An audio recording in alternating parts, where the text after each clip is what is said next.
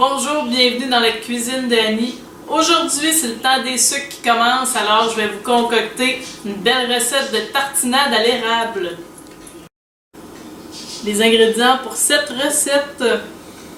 Tout d'abord, super full d'érable, sirop d'érable, du sucre d'érable ou ici j'ai des flocons d'érable, ça fait pareil. J'ai besoin de crème 35%, de beurre, de l'eau et de la fécule de maïs. Première étape de cette recette. D'abord, j'ai choisi un chaudron assez grand parce que le sirop d'érable, quand ça bouille, ça monte très haut tout le temps. Faut tout le temps surveiller. Par expérience, je connais ça.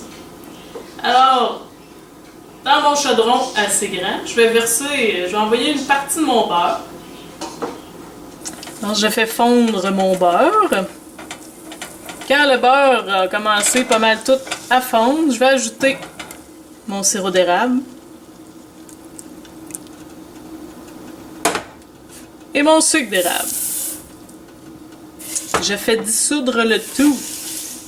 Quand c'est dissous et que ça commence à bouillir, je vais ajouter ma crème. Ouh. C'est super santé cette recette. Sans sucre et sans gras. Quand ça bout, je vais réduire le feu et puis je vais laisser mijoter tranquillement avec haute surveillance pendant 5 minutes. Quand ça fait 5 minutes, ici je vais préparer avec ma fécule de maïs et mon eau. On va essayer de la chercher au complet.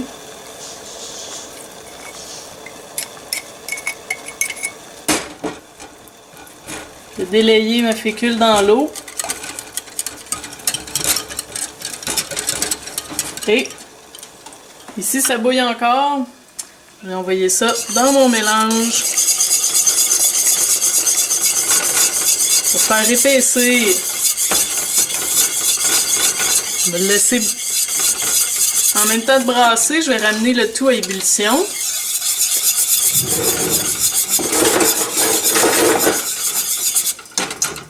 En changeant de fouette pour que ce soit plus efficace.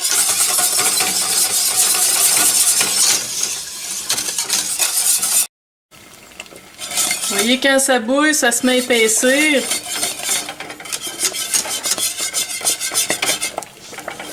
Je retire du feu. On continue à brasser pour éviter, parce que là j'ai un chaudron à fond épais. Alors je veux pas que ça se mette à coller, à brûler. J'ajoute le reste de mon beurre.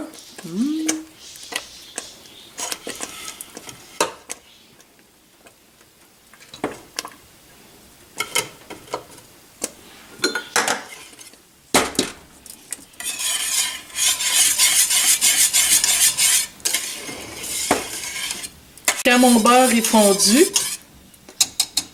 je mets ça à refroidir pour la prochaine étape.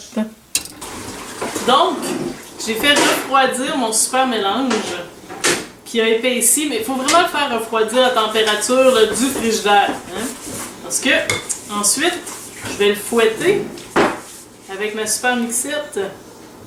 Alors, avec ma petite mixette, je vais fouetter le tout.